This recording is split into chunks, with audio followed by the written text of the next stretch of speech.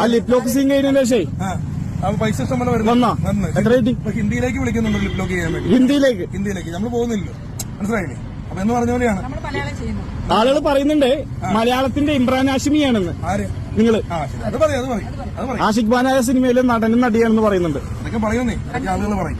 കണ്ണുകടി അത്രേ ഉള്ളൂ, വേറെ ഒന്നുമില്ല. നമുക്ക് ഞങ്ങൾ സിനിമ കാണാൻ പോവാം. അതെ, അപ്പൊ കൊച്ചിയിൽ അടിച്ചു പൊളിക്കാണ്. സിനിമ തുടങ്ങാറായി. എന്റെ മുന്നേട്ടാ പോയേട്ടാ.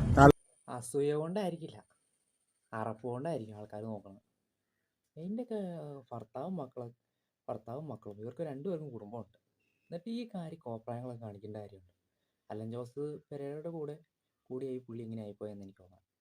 നല്ല കലാകാരനാ. ഈ സുമേഷ് കുട്ടിലൊക്കെ എന്ന് പറഞ്ഞ ട്രൂപ്പൊക്കെ ഉണ്ടായിരുന്നു, അതൊക്കെ പൊട്ടിപ്പോയി. പിന്നെ ഞങ്ങളുടെ അടുത്ത് വന്നിട്ടൊക്കെയുള്ള പ്രോഗ്രാം എല്ലാം വെച്ചെല്ലാവരും പുള്ളിയുടെ മ്യൂക്കറിയൊക്കെ അടിപൊളിയൊക്കെയാണ്.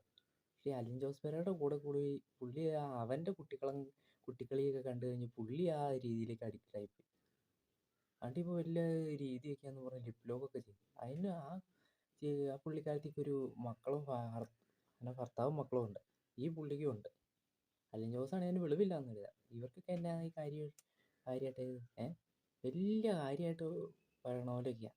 ഇതിൻ്റെയൊക്കെ അഴിഞ്ഞാടാൻ പെടുന്ന ഇവരുടെയൊക്കെ കുടുംബക്കാരെ വേണം ആദ്യം പറയാൻ.